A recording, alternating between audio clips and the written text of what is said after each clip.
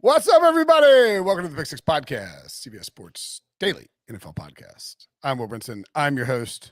If you're watching live, it is Friday, March the 4th.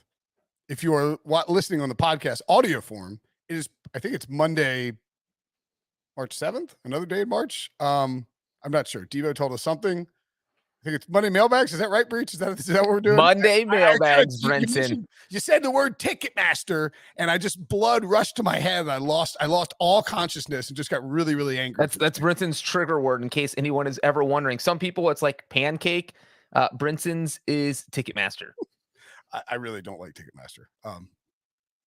There goes our long-term sponsorship with Ticketmaster. Not interested in it. Don't sell it, sales team. Don't even bother. Don't want them. They have their own secondary market. It is literally a criminal conflict of interest. And magically, these tickets, when you try to go buy tickets to a concert, they disappear really quickly, and they're already up within like seconds on the secondary market. Someone needs to investigate it. It is criminal, John Breech. This is the opposite of what you would do if you were condemning this company. But I agree. You know what? I don't think I've used Ticketmaster in years. And I like there's like Tick Picks, I think, is does no fees, and it's like you're gonna buy a concert ticket, and it's like the other thing they introduced. I'll get off this rant in a second, but the other thing they introduced is variable pricing, which is complete bull crap. They have this thing called official platinum, where if a concert is popular, the algorithm will double or triple the price of the tickets because they're selling fast. And like, I understand the economics of it and supply and demand and whatnot, but that needs to be regulated. You can't charge double the price of tickets because they're selling fast. The whole point, it's insane. And you know what? Your complaints apply to football fans because Ticketmaster sells NFL tickets. And I think a lot of people hate fees. I know that when I lived... Yes, people don't like fees. I would usually try to go to baseball games, and the tickets would be like $12 and just buy them on the secondary market. But then the fees would be $10. And so now that's like 80% of the cost of your ticket, and it's $22 total, and it's just preposterous. At any rate. Brinson, we should start a ticket company where we just give tickets away for free. But the problem is, Breech, you can't start a ticket company. Do you know why? Because Ticketmaster is a monopoly, and they won't be classified as such. Investigate them, Congress. We would have to get someone big on board. We'll have to talk to Jerry next time. We'll tell Wilson to talk to Jerry Jones at the Combine and get our ticket idea going. I'm sure Jerry Jones hates Ticketmaster. You're right. Anyway, that's my rant. This is a mailbag. It's Friday when we're recording this, if you can't tell by my general tone and demeanor. You know what? I actually know what I'm going to do tonight. This won't really apply for people. Right. Hate-filled email to Ticketmaster? No. I'm going to jump on a train. Didn't see that coming, did you? No. With Chip Patterson. And I'm going to go over to Durham and hang out with Matt Norlander, who's in town for Duke, Carolina, and Coach K's final game on Saturday. You guys have trains in Raleigh? Yeah. I wonder what the fees are on a ticket to see it's $14 to round trip. But I think our pal. How long is that train ride? Like 25 minutes, maybe. Okay. It's great. In the train depot in Raleigh has a bar called Junction West. So you go down there, you grab a beer, you wait till the train pulls in, you pay your tab, you walk up to the train, you hop on, you're over in Durham in like 30 minutes. It's awesome for Durham Bolts games. And I think our buddy Joe Ovius is going to join us, but he is going to drive over and maybe give me a chip a ride back. Anyway, mailbag. Monday, Friday. The one problem, Breech, with doing doing Mailbag Monday is that, like, I feel like and maybe it's a good thing. I don't know. If you're listening, let us know. But like, our tenor and demeanor on like Friday when we record these is completely different than how I would feel on a Monday morning. Oh, absolutely. On Friday, you're just kind of itching to get the weekend here. It's like, let's just get the mailbag over with and complain about Ticketmaster and move on. Monday, it's like, all right, the week's starting. We're all business. That lasts for about 3 hours. Exactly. Anyway, hopefully, maybe our infectious spirit lifts up the energy on a. This is live, by the way. So what's up, everybody in the chat? If you got questions, holla at your boys. Somebody said, "What's your favorite Coach K story?" I was telling Debo before the podcast started that I was freaking out because I had my headphones on, and I didn't realize I had the YouTube app open on my desktop because I'd been watching a game, and it was like loudly playing the 1991 NCAA title game, and I couldn't figure out where it was coming from because I'd closed all my browser windows. But I was a Duke fan growing up, and in the like late 80s and early 90s, one of my dad's best friend is a Duke season ticket holder, and he would give us tickets to certain games, and we would drive from High Point up to Durham and go to these games. And afterwards, you could hang out on the court in Cameron and just get autographs from all the players. Yeah, I don't actually. Usually it's behind me. I moved it, but as it was kind of messing up the ball. But I have a 1992 autograph by the entire team. 1992 Duke signed basketball. And you're bringing that up because you're going to give it to a listener, right? Absolutely not. One of my I rank it right above it's like number 2 behind my son in terms of my things I love the most. Just kidding. But anyway, if you are watching on YouTube, smash the like button, whether you're watching live or watching later. If you are listening, Spotify now offers 5-star reviews. So hit that, give us a 5-star review on there. And if you're listening on Apple Podcasts, which a lot of people do, you can get a future mailbag question in by leaving a 5-star review and asking the question. Should we get to some questions? Yeah, let's get some. And remember, this is a mailbag where we talk about only like 20% football. So instead of people complaining in the reviews that we're not talking about football, we don't always talk about football in the mailbag. We talk about mail and we talk about bags. Do people say that it's like it's happened once or twice. I mean, look, if it's a mailbag, excuse me, Breech, if it's a, that's where you say mailbag in your PTI voice. Mailbag. It's insane. If it's a mailbag, we're just going to answer the questions. Now, if there's news, we'll talk about it. We'll do the news. There are like 400 shows a year. All we do is talk about football. Not that we're sick of football, but like occasionally we just might not talk about football because, there's other stuff to talk about. Like the fact that it's Paramount Plus's birthday and we're celebrating all month long. We're gathering with friends, playing some games. Am I supposed to read this? Yeah. I think I'm supposed to read this. And opening presents. But the fun won't stop there. This party is just getting started, and you can join the celebration with our limited time birthday offer. Get your first 3 months of Paramount Plus for only $1 a month. Paramount Plus now streaming. My goodness. Paramount Plus is legitimately a great streaming service. Like, I love it. I use it to watch Serie A. I use it to watch Champions League. I guess you could use it, or you get football on it too. You get your free local game on there, and they have tons of great shows. SpongeBob SquarePants. My God, kids movies. Last time we talked about Paramount, I had just watched Clifford the Big Red Dog with my kid. That's a game changer, having a bunch of kid stuff. The Rugrats movie. You just said SpongeBob SquarePants. I never thought I'd watch so much kid stuff, and now I'm just like Paw Patrol, all the kid stuff. I'm watching it. Yep. If you seriously, first 3 months for $1 is an absolute steal.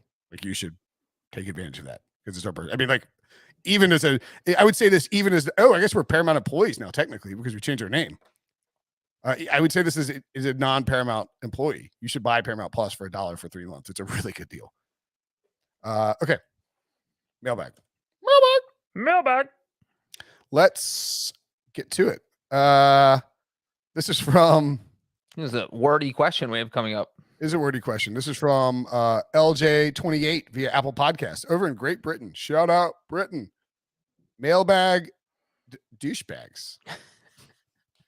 Spelled it incorrectly. I guess I can say that on the podcast. Here's the thing. So. Love the pod, especially when it gets a bit salty or Benson dumps on the Raiders. I'm a UK Raiders fan and aging cornerback with the Hertfordshire Cheetahs in the amateur British League. Go Cheetahs. Shout out Cheetahs.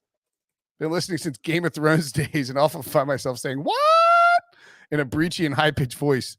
Dump button. Oh, I've muted my dunk. Oh! Keep being salty and winding up the Carr family. Please rate the Raiders' total coaching and GM rebuild. Peace, love, and Tyron Matthew. Like, I wrapped in everything in one simple email. I love it. I love when the The bit Now, we love to fact check everything I say. So obviously I had to fact check this email, Oh, marathon, you're looking running at the football 40 yards. Hertfordshire Cheetahs? The Hertfordshire Cheetahs are in fact a real football team Wow. in the United Kingdom. So boom, we got a star corner from the Cheetahs. I'd wear Cheetahs gear. If I can get my hands on a Cheetahs hoodie, I'm going to wear one on a podcast. Yeah. Yeah. Send me can we buy Cheetah gear? I'm going to check it out. Hertfordshire I'm actually surprised there's no professional sports teams in the 4 big sports called the Cheetahs. What's wrong with the Cheetahs? That is weird. Why There's a lot of cat teams. There's Panthers, Lions, Tigers. Why aren't there no cheetahs? Why aren't there any cheetahs? There's no cheetahs. I'm so mad that I can't even grammatically speak Jaguars correctly. yeah. I mean, Jaguars I get for Jacksonville because of the alliteration. But the Carolina Cheetahs is probably better than the Carolina Panthers, if we're being honest. Oh, yeah. That sounds much better. Would you be? I mean, I would be, I think, way more. This is not a mailbag question, but we're sort of mailbagging it. There we go. Farewell, Coach McGovern. Would you be more scared of a Panther or a Cheetah? I mean, having fought neither of them, I would think Cheetah because of the speed, right?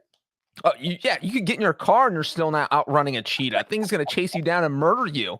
A panther, you just like cut off a finger and toss it to the panther and run away while it's eating your finger that you cut off. Should we become there's a link on here to become a sponsor of the Hertfordshire Cheetahs. Should we do that? If it includes a hoodie, I'm in. Yeah. If you send us a hoodie, Debo will cut you a check for whatever's necessary to get us as a sponsor. Anyway, the Las Vegas Raiders hired Dave is it Dave Zerline? Zigler. Who's Dave Zerline? It sounds made up. Anyway, they hired Dave Zigler and Josh McDaniels as their GM and head coach, respectively. I mean, do you want to, I guess, grade? I don't think that you can grade them individually. But it says, please rate it. Like, do they want a grade or do you want like a 1 through 10 number? How about you do a number and I'll do a letter grade, or vice versa? You can't give them both? Just one. One each. A rate is 1 through 10. A grade would be A through F. Okay. So let's and I think that we do it, to me, with the Raiders, you have to do it as a combo because of the way that they hired the guys as a combo from New England, right? I mean, they might have been announced in a combination. Were they? I think they were. They were announced like 24 hours apart. The news broke like generally the same time. It was over the weekend. It was on a Sunday, and the only reason I remember that is because it was on the Sunday of the Bengals playoff game because right. podcast. And the NFL always tells teams, "Hey, let's not overshadow the games." And of course, the Raiders like, "Yeah, we don't give a crap. We're going to announce it anyway." Yeah, and it had been leaked that McDaniels was going to take the job and that he was bringing Zigler with him, and so I think we do rate it as a combo. So 1 through 10, Breech, how would you rate the Raiders' hiring of Josh McDaniels and Dave Zigler? I give it a 7.5.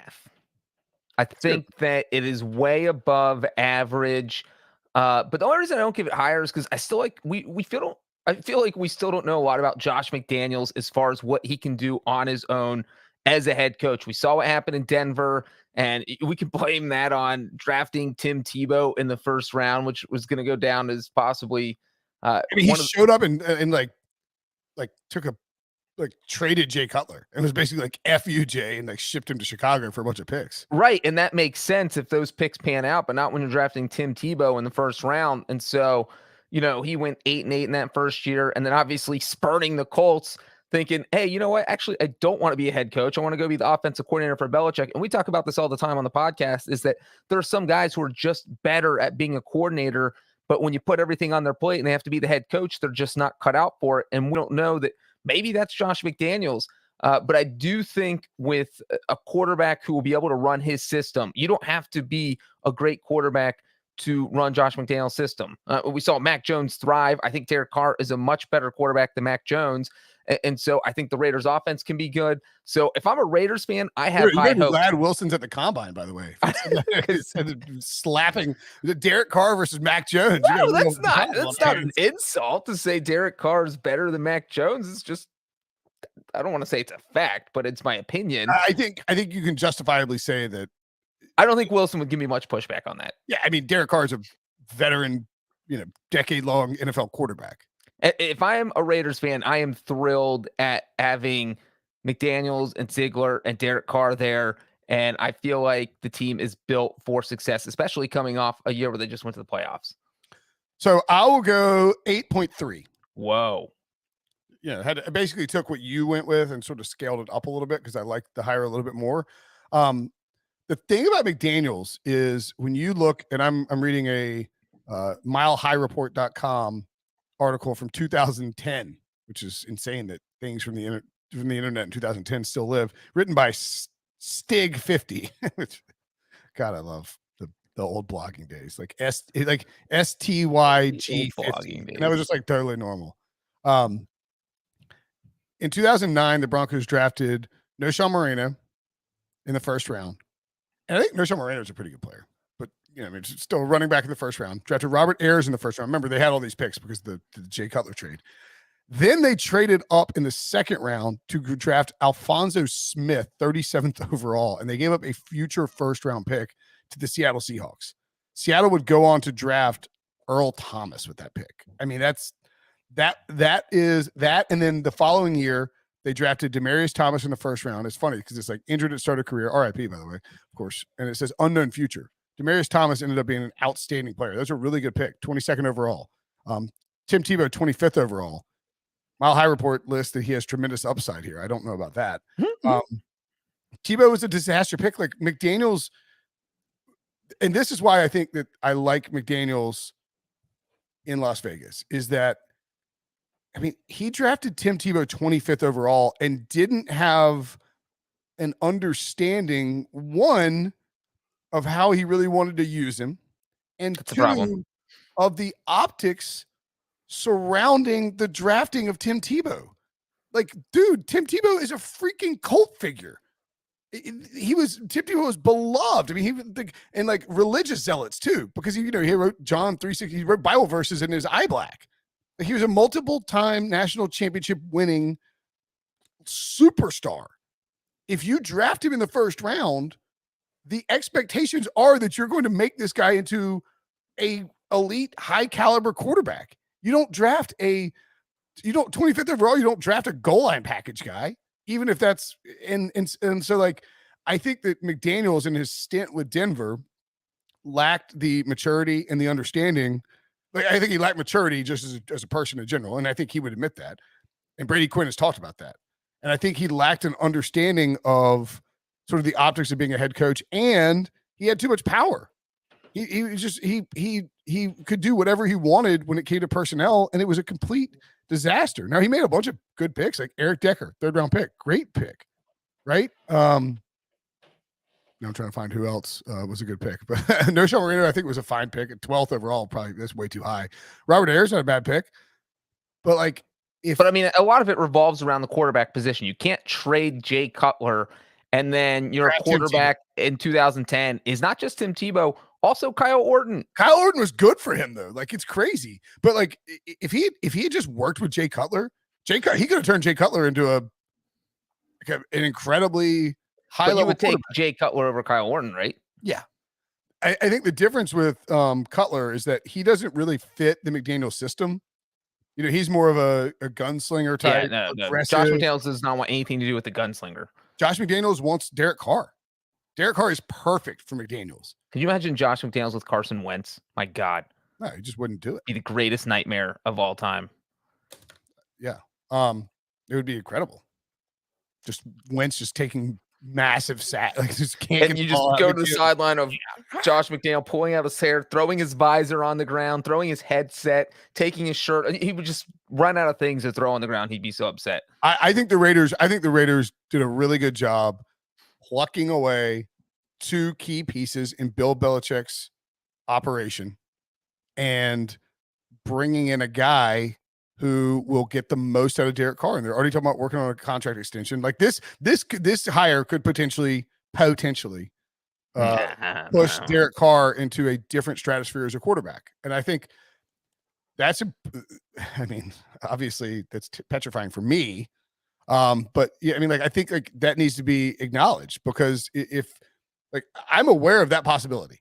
Like, Derek Carr could become a much different and better quarterback than he has been throughout his career because Josh McDaniel's system is perfect for him.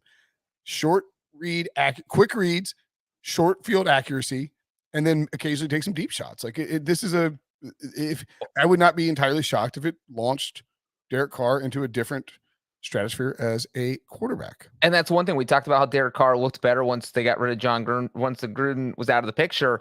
And part of it was, it felt like Gruden was always trying to take Derek Carr out of his comfort zone. Like, you got to throw deep. I don't want this conservative short throw check down. And then you take Gruden out of the picture, and Derek Carr seemed like he got better. And now you bring in Josh McDaniel, who is going to embrace this. He's like, oh, you love short little check down throws? We live on that. Go watch Tom Brady play film on film. And so, I think McDaniels and Derek Carr should be a good combo. Indeed. All right, next question. Where this is from Caleb Campson. Where would be the best non-US location for a Super Bowl, and why? Great question. Now, I'm fond of Super Bowls in fun cities. Yes. I put a large emphasis on for me, like the ability to sort of navigate the city easily. Like, I think New Orleans is the perfect city for a Super Bowl because you can walk everywhere. Everything's like sort of, like everything's close. I mean, you can't walk everywhere, but like we walked to the game that day. I mean, everything's walkable. Everything's sort of, like tied together in terms of how the city's laid out, just like Indianapolis. Whereas like with LA, it felt like everyone was in multiple different cities. So that's part of my emphasis on the city. What do you think, Breech? What do you think is a good spot for a Super Bowl outside of America? Outside of America, I actually thought about this question. I saw it on the rundown. It's like, wow, that is a great question. I'm not going to say London because I feel like that is too easy because we already have football games there. But you also need like an infrastructure that can handle it. Because are we assuming the stadium's already built? Or are they going to build a special Super Bowl stadium? Because if we're going to build a special Super Bowl stadium, we could put this thing on like the Galapagos Islands. But no, I do not want that. I think the best Super Bowl city would be Paris.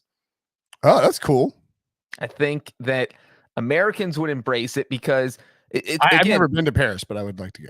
Well, you mentioned the New Orleans thing about how it's great because it's very walkable. I think the other thing that traveling football fans, when you go see your team on the road, you want to go to a city. It's why Vegas is so popular with the Raiders right now. All the visiting fans want to be like, oh, I want to go take a trip to Vegas, spend a weekend there. You just make a whole trip out of it. Or going out and seeing your team play the Chargers or Rams in LA, same thing. And so if you're going to go see your team in the Super Bowl, you want to feel like you're getting the full experience. And so it might be a trip where you're going to spend the whole week out there because again, the question says it has to be outside the United States. So I think I would go with Paris. I went to the Women's World Cup there in 2019 with my sister. It was United States versus France in the quarterfinal, and it was a blast. And so you can walk everywhere. There's a subway station that can get you from point A to point B, so you don't need a car. And it's just really easy to navigate. So I think my vote, Brinson, would be Paris. That's good. I think that's a good pick. Having never been there. That's the other thing too, is like, I sort of feel like I need to have been to my Europe. I've never been to Europe. Man, it's weird. I've been going to too many Fish concerts, man. No, I've been outside America like a ton. I mean, I've traveled internationally a ton, but I've never been to Europe. We always go down to the Caribbean. You can't have a Super Bowl in the Caribbean, Brinson. Why not? Just what could hold a Super Bowl stadium? Well, we count San Juan. I know it's technically part of America. Yeah, I don't think we can count San Juan. It's outside of the U.S., the continental U.S. I guess then you'd have to count Honolulu too. Right, I would throw it in Hawaii then. Yeah. All right. Well, I will take Honolulu. What? That's part of the U.S. The guy who asked this question is just probably like, my God. Now I have to add. You have to be more specific with your rules, people. If you're gonna ask general questions like this, or Brinson is gonna ignore all rules. I was looking at travelandleisure.com for the world's best cities, and there's like 17 cities. I assumed it was all international. There's like 17 cities, and then they're like Charleston. It's just kind of Charleston, 18, 19, Tokyo, 20 Cape Town. Anyway, there's a bunch of cool cities on there worth looking up. I will. I think Paris is a really good answer. Again, having never been there, I think Rome would be Rome would be good. kind of cool. So I will say Rome, just because it seems like an easy answer in a kind of a cop out. But if you've got a good answer for where would be a good landing spot, put it in the comments or tweet us. It's like someone in the comment section says Rio de Janeiro. I like that too. Oh, that's a good call. Let's send it to South America. Dominic, that's a good suggestion. I think, like Breech said, like anywhere that's hosted a World Cup or Olympics has the infrastructure, has the stadiums ready to go. So Rio has hosted a recent Olympics and a World Cup. I would just vote not Russia. Is that the end of the sentence? Yes, that's the end of the. There's other countries. I mean, London. You didn't want to say London. London's hosted London. I mean, Olympics. I mean, I think all these would make a ton of sense. Rio, like Mexico City. They played like the Chiefs, where Mahomes was going to throw 96 yards. Chiefs Rams. Yeah, Breech. So it was going to be played there, and then it was moved. Remember, it was moved to LA. Was it Raiders Chiefs at some point a couple years ago? We did get one Mexico game in, correct? It was the laser pointer game. Remember? No, there's been a few Mexico City games. But Brock Osweiler was getting blitzed with a laser pointer, right? Was it Broncos? Yeah, because it was the Vance Joseph is having the time of his life. That's right. I forgot about that. My God. There's so many memes within the NFL season that it's easy to forget. Was. I mean, the Chiefs went back there and played the Chargers the year after the Rams one got canceled. And then there was the game where Gostkowski hit like a 61 or 62 yard field goal. So the Patriots played there. And then the game. I think there's been 4. But Mexico, you know why Mexico City would be good? And this is something I didn't even consider when I picked my city, is because of the timing situation, because you can still, there's no time difference. Oh, that's true. Mexico City's in the central time zone as our time zone correspondent. That's a big thing because, like what time's the game going to kick off? Wait, but I mean, be pretty sweet if you kicked it off like 1 or 2 o'clock. Oh my God! Here, NFL would never do that. They'd make these guys. If it was in London, they make them play at like 5 a.m. Right, because it turns into 9 or 10 a.m. for wet Pacific Coast.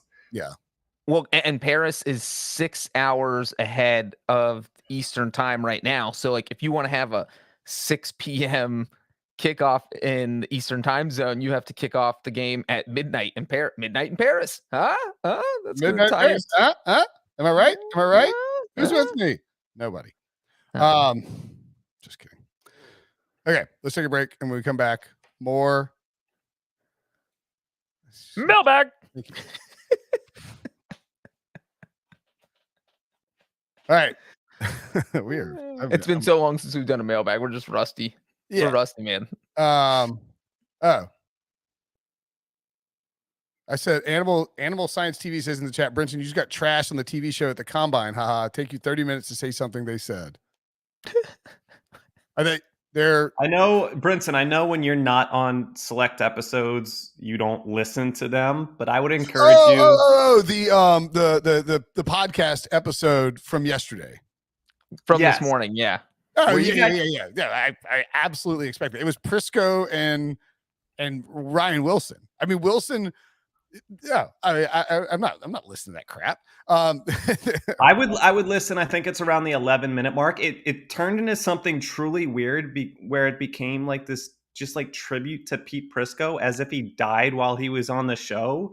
What? And Brady and Wilson just started. It got so weird that Prisco's like, "Am I being inducted to the Hall of Fame? Is that what's happening? Are you guys about to tell me that?" No joke. Prisco thought it was like, remember when like David Baker came up on NFL CBS and said like, "Bill Cowher, you're getting into the Hall of Fame." Like Prisco thought that was his moment. What? That is so weird. All right, I'll go listen to it. No, I fully expect. So when Wilson hosts, I mean, I host the show every single day except for like 2 weeks and then spotty episodes, like this or the draft shit, right? So when Wilson comes on and he says, and he like tries to say, "What's up, everybody?" but it sounds weird coming from him. And then he's like, "I'm Ryan Wilson and Will Brinson's not here."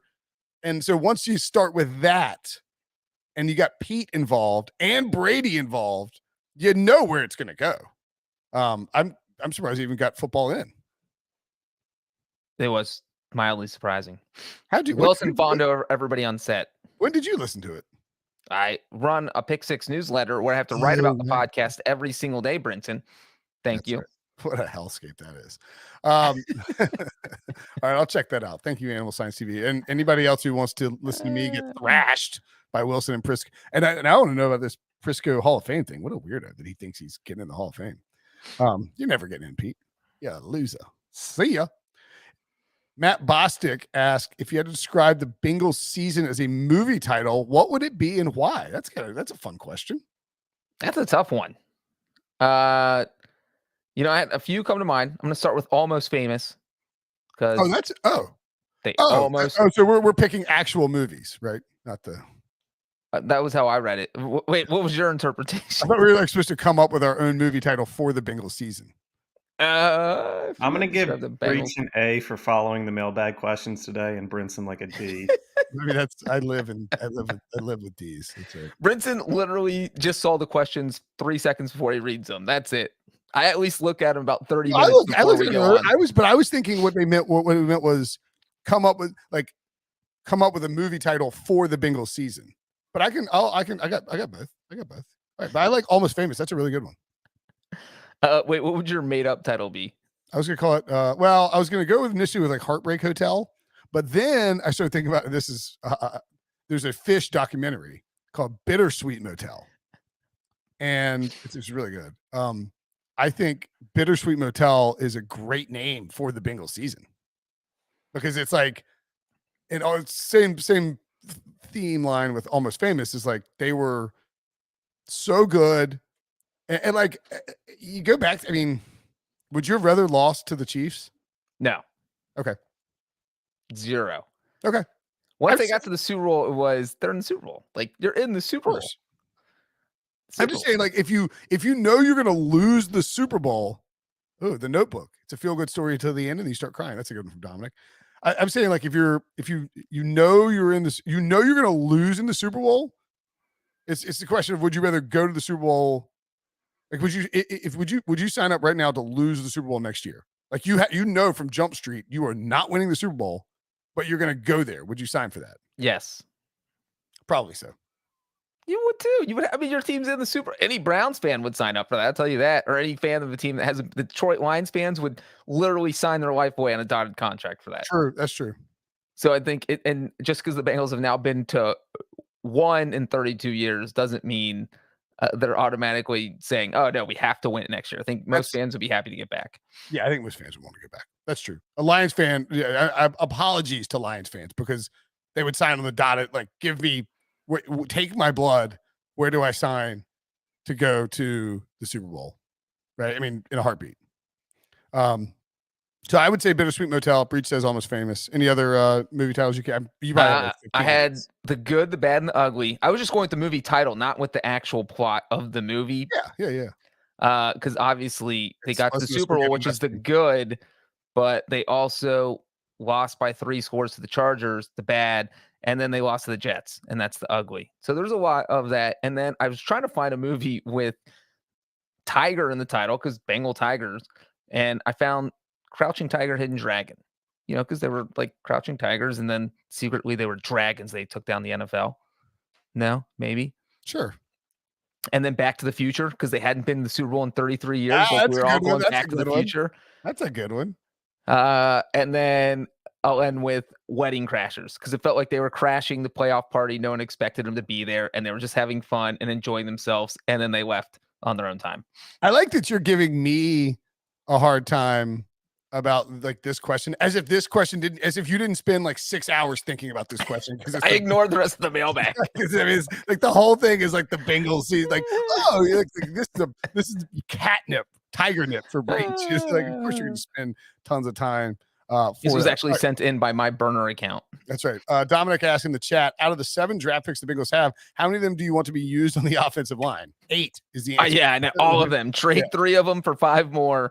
And then use all those picks on the offensive. I think, you have to draw the line somewhere and picking, because the Bengals aren't used to picking at the bottom of the first round. This is a team that has had so many top 10 picks over the past 5 years that it kind of changes the way you have to think.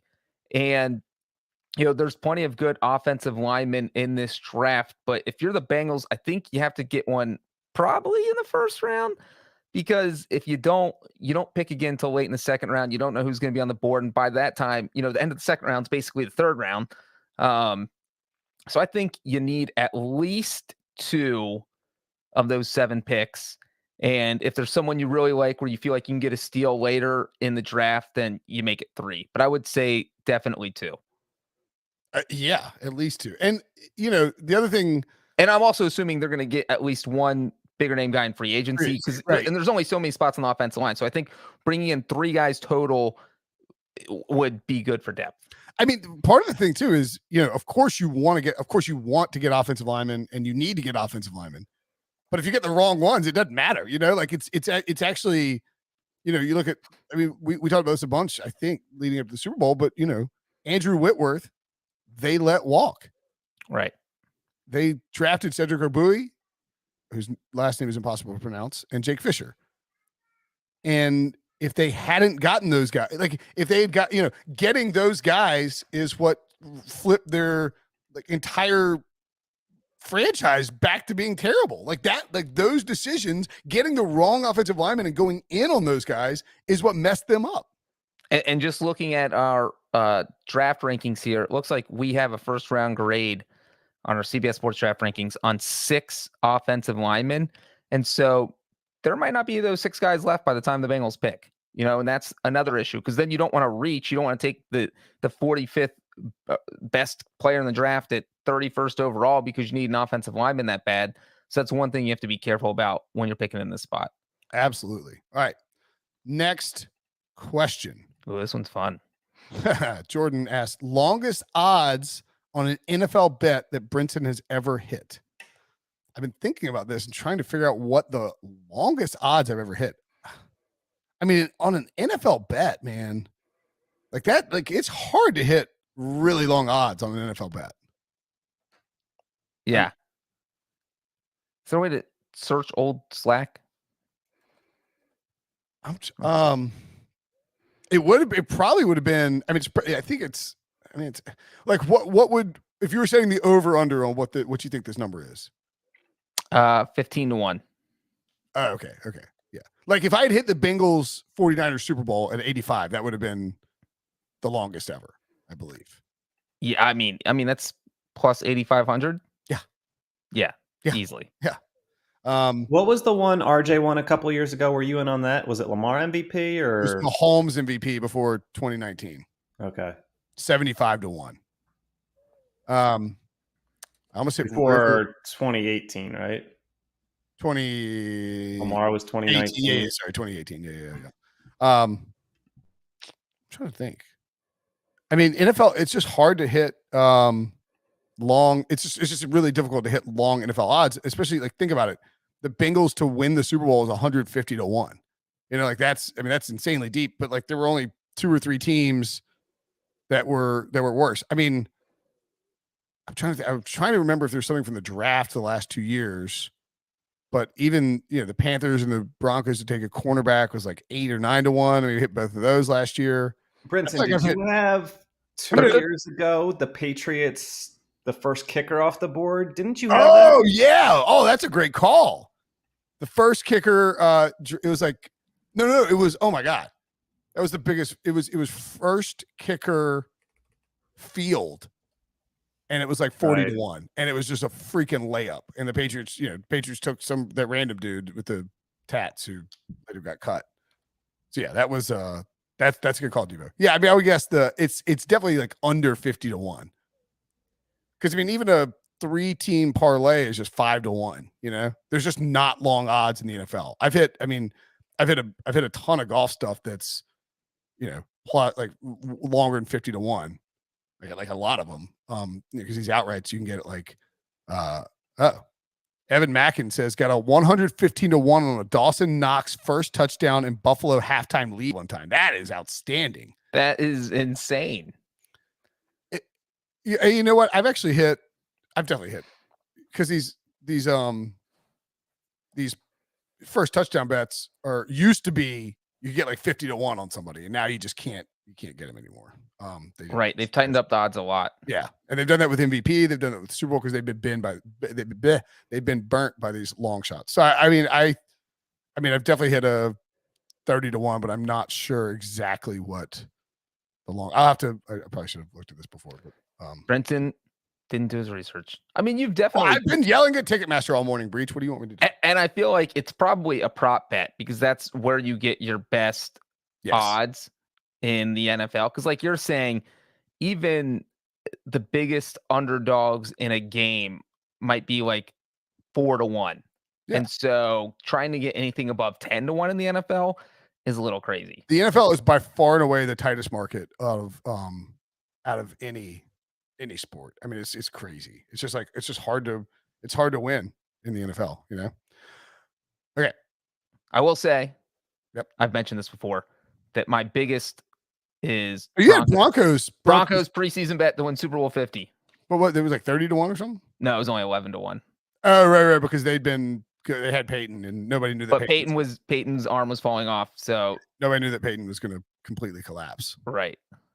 Because they were one of the favorites. And that bet paid for my honeymoon. You're welcome, honey. There you go, Breech. All right. Amazing show. This is from no nickname. Thanks. Okay. Amazing show. Great rapport. The guys are like family. That's true. Oh, I love that's this. so sweet. This show really hit its stride once they dumped Sean Wagner McGuff. Up high, down hard. Swimmy got destroyed. Question. Besides a gift or special occasion, does it ever make sense to spend more than $30 on a bottle of bourbon? Do people really have the palate to justify spending hundreds on secondary market Weller, Pappy, etc.? It seems to me that Four Roses, Old Forester, Elijah Craig, Buffalo Trace, Eagle Rare, Woodford, Knob Creek, that is, are amazing budget bottles that taste good and provide the same physical effects. That's true. As bottles that cost 5 or 10 times. Or am I just a peasant that doesn't understand the subtle, nuanced profiles of butterscotch, pecan? Oh my God. You know what was really weird? Is that literally as I'm reading this, a text from Sean Wagner McGuff popped up on my Mac. He sensed it. The disturbance in the force. Somebody's talking trash about me on the podcast. A disturbance in whatever the Star Trek force is. Anyway, butterscotch, pecan, tobacco leaf, cooked apricot, or geranium. Brinson and Ryan, what are some of your go-tos? I know Breech is a Fireball guy. Love Fireball. Who doesn't love Fireball? It's delicious. We do love Fireball.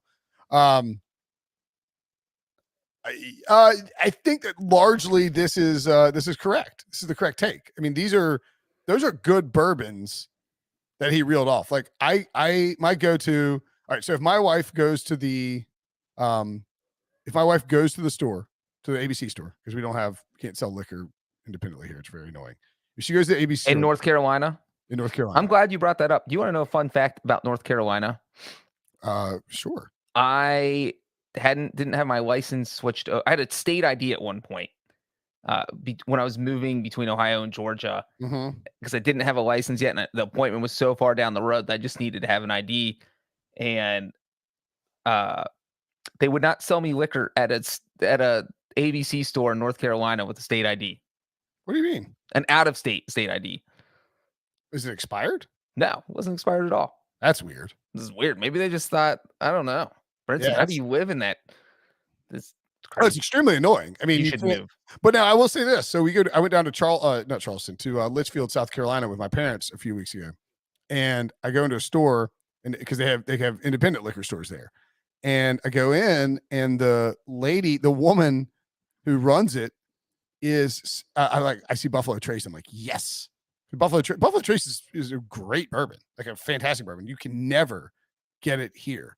But because it's just it's sold out. And like, so the way that it works here is you get allocations, right? Where, you get a certain number of bourbons get sent to the state. The state buys X number of bottles of Buffalo Trace. And then it has to be, because the way that it's a state, it's government, it's allocated across the 100 counties of North Carolina. It's like Wake County gets X number of bottles of Buffalo Trace. And then those bottles are allocated to all the different ABC stores in Wake County, et cetera, et cetera. So, so like Down East gets the same number even though maybe there's less purchases of like nobody wants to buy bourbon at the beach, right? But it's all at a set price. So like Eagle Rare is $35. What? Yeah. Whereas in Tennessee, as you know, John, and South Carolina, you have independent liquor stores like Everywhere. like Breech's Liquor.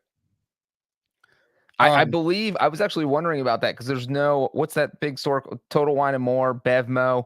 Those stores don't exist in Tennessee. And I was Googling it, and I think it's because you are not allowed to own more than 4 liquor stores in the state of Tennessee. So that's why it's basically all independent liquor stores. Yeah. Fun facts on this podcast about liquor. Yeah. But so like I go down to this Litchfield. I stop in this liquor store because we're going to the house and we need some bourbon for the weekend. And the lady, I see Buffalo Trace. I'm like, yes.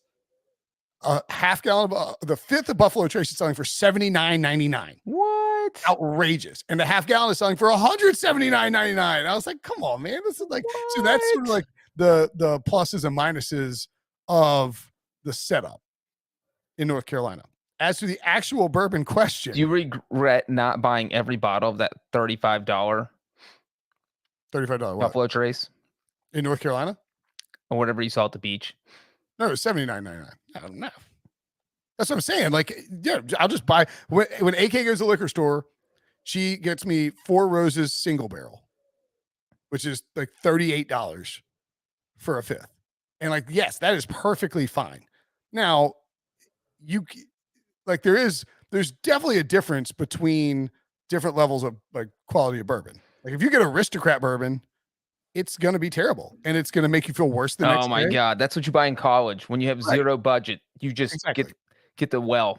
And it's going to make you feel terrible. Worse. Hangover. The hangover is going to be way worse.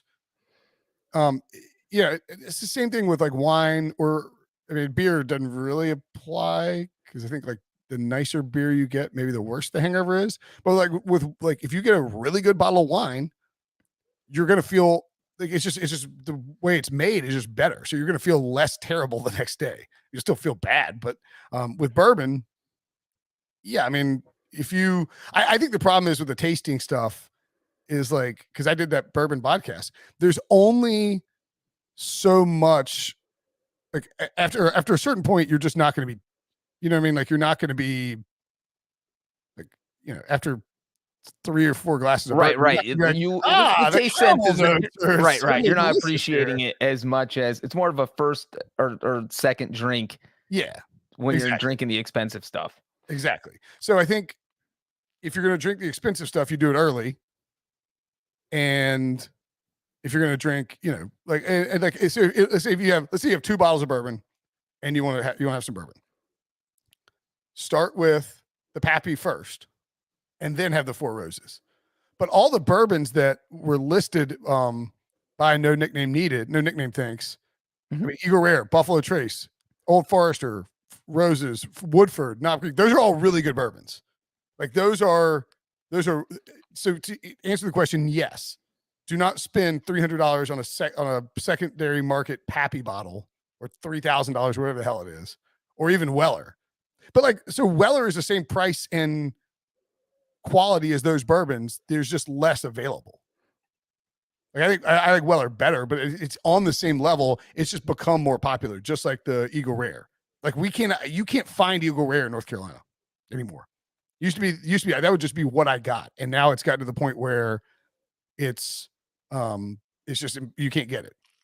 And if Eagle Rare comes to a ABC store in North Carolina, it's 1 per customer. Well, then you know what I'm going to do? I'm going to go full Ticketmaster on you. I'm going to buy a bunch of Eagle Rares here, up the price, sell it as official platinum, then triple the price, and then tell you that you have to pay to get it. Hey, Brinson, do you want to buy some official platinum Eagle Rare? Is that a different new kind? No, just it's regular Eagle Rare. It's regular Eagle Rare. I just know you can't get it, and so therefore, you are screwed. That's actually a pretty good idea. I mean, that's basically what what the lady was doing down at the beach. She's smart. That's how the free market works, Brinson. Welcome to capitalism. I mean, I understand how the free market works. I'm just saying that's just what she was doing. And but I don't think that's how it should work. It's got to be, the market has to be regulated though, Yep. Because I mean, like the market is regulated for liquor. It's not regulated for. And I do think you're right that this guy is right. Things. That if you drink bourbon like every night, maybe you can up it and get in expensive bottles because you appreciate it more. But if you're someone who only drinks bourbon once or twice a month, then there's no need to spend over $30 a bottle. Correct. I agree with that entirely. Okay, last one. Ooh. Ooh, those said like it's bad. No, I'm saying like, wow, I already threw all the questions. I know. I'm shocked. Josh Alvarez asks, number one candy, and where's the tattoo? Where Wilson, the thing about the tattoo is it's coming. We think Wilson is developing a reputation as a welcher. Unfortunately for him, he's talking smack about me on a podcast. We said that he either has to get the tattoo or legally change his last name to Welcher. So his name's going to be Ryan Welcher, or he's going to have a tattoo. One or the other. He's a great magnet. It's a Welch's grape joke for those. I got it, Brinson. I got the joke. Anyway, Gushers, not number one candy. My favorite candy is, maybe this is unpopular, but my favorite candy has always been Butterfinger. Yeah, that's a good one. I love Butterfingers. I love Reese's Pieces too. Very snackable. Caramel M&Ms and peanut butter M&Ms are fantastic. They are, and they're underrated. Yeah. You don't hear a lot about peanut butter M&Ms. I don't like fruity candies. I like chocolate. Oh god, wait, let's see if I will say I love Reese's peanut butter cups. Those are like literally when I went trick-or-treating with my family or my brothers and sisters, I would steal all of their peanut butter cups and then leave them like Tootsie Rolls, which is a horrible trade, which I should never have done. And I feel horrible about it now, but I was happy then because I got the peanut butter cups. I like Fifth Avenue, which is like a Butterfinger, except more delicious. No, it's not more delicious than that. Are you kidding me? That is good. It's not more delicious. No, it is similar in texture. I think Twix are really good. Kit Kats are great. Trying to think. I'm like you. I don't love fruity candy either. And you know what? I think I'm one of the rare people. People like Starburst and Skittles hate the yellow. I love yellow Skittles. I love yellow Starburst. So I don't know if it's because I was the fourth kid and my family would be like, oh, we don't eat those. And I would just eat them and love them. But I am a yellow Skittles guy and a yellow Starburst guy. My son, Robbie, will only eat yellow veggie sticks. But I finally figured it out. You know why, right? Like, veggie sticks and veggie straws. It's like they have a slightly different flavor, right? Well, they're made of no. It's because there's potatoes, tomatoes, and like broccoli. Right. He's just eating potato sticks. It's like he doesn't want to eat the green or the red because they're made from vegetables. That is hilarious. Yeah, I was like, why does he only like yellow? And I was like, oh, it's because he figured it out. He gamed the system, man. He's way ahead of you. He's basically giving if they're like make me feel better about what I'm doing. Potato chips, essentially. He's like, Dad's trying to trick me into eating vegetables, and I'm not falling for it. I'm going to eat this potato. Correct. All right. What do you think Wilson's favorite candy is? Probably something stupid. Like Charleston Chew, some old man candy. Charleston Chew. I bet that's it. I could see him like I have Laffy Taffy or a Clark bar. A Clark bar. My goodness gracious. Yeah, I can see all those things being true. All right, that's it for the show. What do you think Sean's favorite candy is? Oh, Sean probably doesn't eat candy because he's too busy trying to be a lawyer. I don't eat candy because I like lawyers. Old Werthers. He just puts them in and sucks on them while he types up his stories. Yeah, Werthers. That's great. All right, that's it for the show. Thanks for watching. Thanks for listening. Smash the like button. For Breech and Brinson, we will see you guys later.